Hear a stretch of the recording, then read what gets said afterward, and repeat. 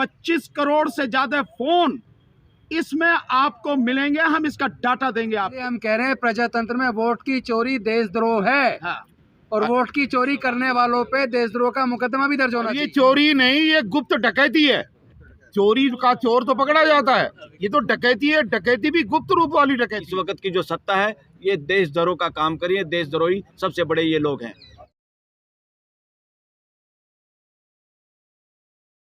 पर आप काउंट कर लेना, जिस दिन इसकी फाइनल टैली आएगी 25 करोड़ से ज्यादा फोन इसमें आपको मिलेंगे। हम इसका डाटा देंगे आपको।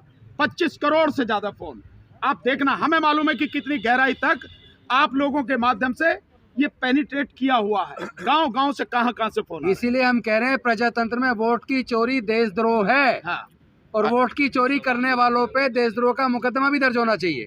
और ये चोरी नहीं, ये गुप्त डकैती है। चोरी का चोर तो पकड़ा जाता है, ये तो डकैती है। डकैती भी गुप्त रूप वाली डकैती है।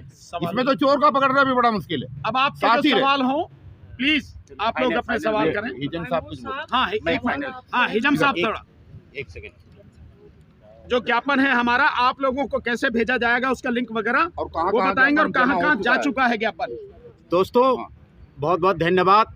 मणिपुर से लेकर के महाराष्ट्र तक, कश्मीर से लेकर के कन्याकुमारी तक हमारा देश का नागरिक जाग चुका है। देश का नागरिक बनने की कोशिश कर रहा है। नरेंद्र मोदी जी ने देश के नागरिकों को 5 किलो अनाज में पालने की कोशिश किया था, लेकिन वो अब नहीं चलेगा। देश का नागरिक जाग चुका है। हमारे ईवीएम हटाओ संयुक्त मोर्चा का जो हमारा जो ज्ञापन है उसमें हमने एक लिंक बनाया गया था। हमने लिंक बना करके हमारा जो वेबसाइट में भी डालेंगे। हमने सबको, हमारा मीडिया के साथियों को हमने इसको सर्कुलेट किया गया। अभी जो देश के जो अलग अलग कोने से, मणिपुर से लेकर के अलग अलग जगहों से हमने ये जो ज्ञापन जो है लोगों ने इलेक्शन ऑफिसर के पास सौंपना शुरू कर दिया है। मलकीत खामरा जी ने पंजाब से किया है, जलंधर से। अरविंद उपाध्याय जी उन्होंने लखनऊ से किया है।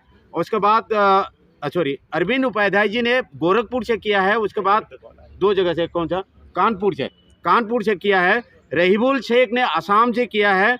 उसके बाद भानु प्रताप जी, ये भानु प्रताप नहीं, लखनऊ से एक और भानु प्रताप जी हैं। भानु प्रताप जी ने लखनऊ से किए हैं।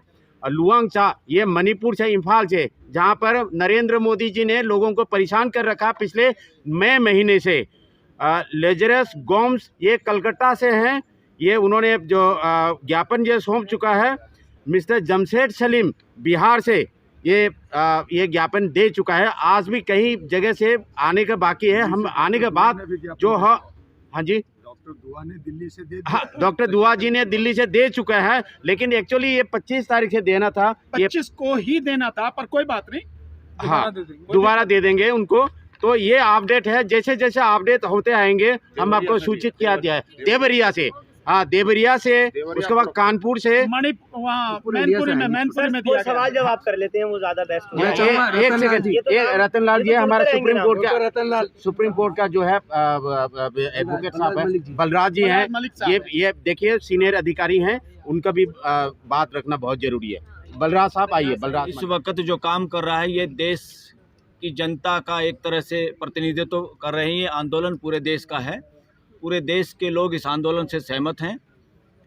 और सरकार इस वक्त किस काम में लग रही है, सरकार को आज जो सत्ता में लोग बैठे हुए हैं उनको स्पष्ट नज़र आ रहा है कि इनकी हार आगामी इलेक्शन में है।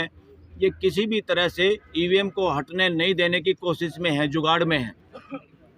सबसे बड़ा जुगाड़ किया इन्होंने, सुप्रीम कोर्ट के फैसले के बाद जो नया कानून लेके आए चोर दरवाजे से, क्योंकि पार्लियामेंट के अंदर जो लोग थे ज़्यादातर वो मेजॉरिटी के जो लोग हैं वो बंधक लोग हैं। एंटी डिफेक्शन लॉ की वजह से कोई बोल नहीं पाता। व्हिप जारी होती है, व्हिप होता है जैसे पशु को सांटा मारा जाता है, चाबुक मारा जाता है। इतना बेहुदा शब्द डेमोक्रेसी में यूज नहीं होना चाहिए थे, कैसे यूज हो रहे हैं शब्द। तो उस कानून को पास किया गया। हमारी जो कॉन्स्टिट्यूएंट असेंबली है, देश का संविधान जिन हमारे फोर फादर्स जिन लोगों ने बनाया है, उसमें स्पष्ट तौर पे इस मुद्दे पे बात हुई। और डॉक्टर अंबेडकर ने उसमें स्पष्ट सभी सदस्यों को किया था कि देश में इलेक्शन पूरे फ्री एंड फेयर होने चाहिए और इलेक्शन कमीशन को बनाने वाले जो लोग होंगे वो सरकारी नहीं होने चाहिए, यानी एग्जीक्यूटिव से नहीं होने चाहिए। एग्जीक्यूटिव का क्या मतलब है? Political executive. जो चुने हुए नेता, जो चाहे प्रधानमंत्री हो चाहे मंत्री हो कुछ भी हो, इन लोगों का कोई उसमें हाथ नहीं होना चाहिए। और इन्होंने बदमाशी करके 2 आदमी तो खुद ही हो गए, एक तीसरा अपोजिशन का हो गया। अपोजिशन वाले की तो कोई पूछ ही नहीं, ना उसको चिट्ठी मिलनी, फॉर्मेलिटी होनी है, और 2 आदमी अपनी मर्जी से फैसला कर लेंगे। इससे बड़ा देशद्रोह, देश के साथ धोखा कोई नहीं है। ये कानून बनाने वाले वो पार्लियामेंटेरियन भी, और इस वक्त की जो सत्ता है ये देशद्रोह का काम करिए। देशद्रोही सबसे बड़े ये लोग हैं। एक और बड़ा षड्यंत्र है इसके पीछे। जितनी भी वेलफेयर स्कीम है वो आर्थिक समानता के लिए नहीं हो रही है, ना आर्थिक न्याय के लिए हो रही है, और ना कोई पॉलिटिकल न्याय के लिए काम हो रहा है। अब देखिए, एक नोटबंदी हुई थी बिना रिजर्व बैंक की सलाह के, एक वो बड़ा फ्रॉड हुआ था देश के साथ अपनी मनमानी करने के लिए, उसका रिजल्ट कुछ नहीं निकला। बिना उसके एक्सपर्ट लोगों के पूछे, इस देश का बैंक, रिजर्व बैंक है जो कंट्रोल करता है सारा मुद्रा को, सारे नोटों को, उसकी भी पूछ नहीं हुई। ये क्लियर है इस देश के सामने, सुप्रीम कोर्ट में क्लियर हो चुकी बातें। जब प्रधानमंत्री इस तरह का फैसला ले सकता है इस देश में, इसका मतलब है डेमोक्रेसी नाम की कोई चीज़ नहीं है देश में। कोई आदमी डेमोक्रेसी के नाम पे, कुछ लोग शासन कर रहे हैं या निरंकुशता से कब्जा किए बैठे हैं देश में। इसी तरह से कहीं किसानों के आंदोलन को 13 महीने लोग मर गए, सैकड़ों लोग मरे, और उन सैकड़ों लोगों के मरने पे किसी एक को उपराष्ट्रपति का पद फ्री पॉकेट में मिल जाता है। और उन किसानों के नाम पे जब कानून बनाने की बात, तो कितनी बेइज्जती की उनकी। इतने तो बॉर्डर पे भी किले नहीं गाड़ी गई। इसी देश के अन्नदाताओं को, अन्न पैदा करने वाले किसान और मजदूरों को किस तरह से ऐसे रखा जैसे ये एलियन लोग हैं, दूसरे ग्रह के लोग आ गए हैं। इतनी बदसलूकी वो समाज नहीं भूल पाया, पूरा किसान समाज देश का। फिर क्या किया, उनको मरहम लगाने के लिए कि भाई 6,000 उनके खाते में भेज दो। वो 6,000 किस लिए भेज रहे हैं? उस 6,000 से कोई किसान वोट नहीं दे रहा, ना देगा फ्यूचर में भी। वो 6,000 आंखों में धूल झोंकने के लिए हैं। कहीं लाडली बहन स्कीम है, कहीं निःशुल्क राशन है। कोई निःशुल्क राशन वाला भी किसी के बाप का राशन नहीं है देश में।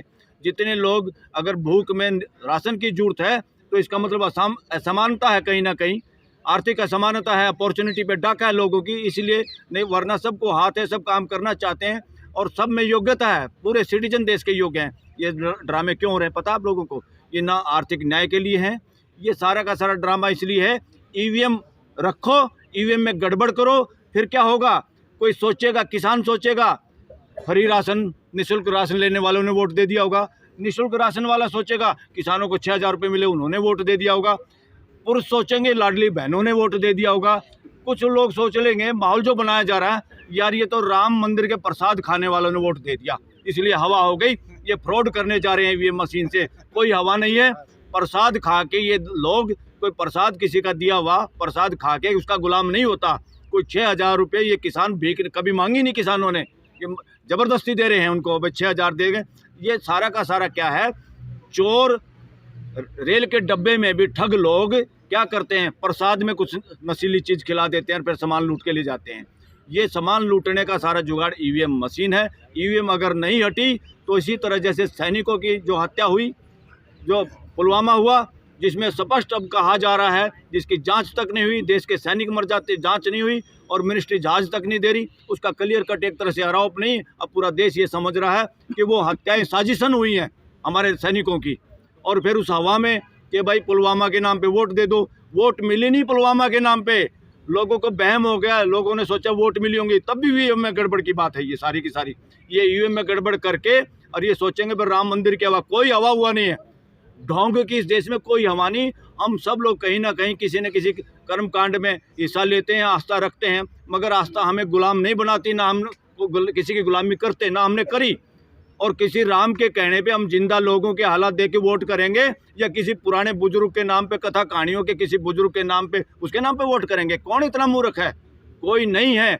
ये सारा का सारा ढोंग हो रहा है ईवीएम के जरिए गड़बड़ करने के लिए, ताकि लोग नपुंसक हो जाएं, बोल ना पाएं।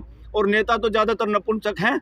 जो नेता किसी न किसी रूप में छोटे मोटे भ्रष्टाचार में शामिल हैं, ईडी और इनकम टैक्स से डर जाते हैं। आज छापा गेरो, अगले दिन स्टेटमेंट कुछ और देने लग जाते हैं, चुप हो जाते हैं। बहुत सारे नेता दिन में अपनी अपनी पार्टियों में, रात को बीजेपी में हैं। ऐसे नेताओं से पूरे देश की जनता को हम आह्वान रिक्वेस्ट करते हैं, बचना फ्यूचर में, वो चाहे किसी भी पार्टी में हो।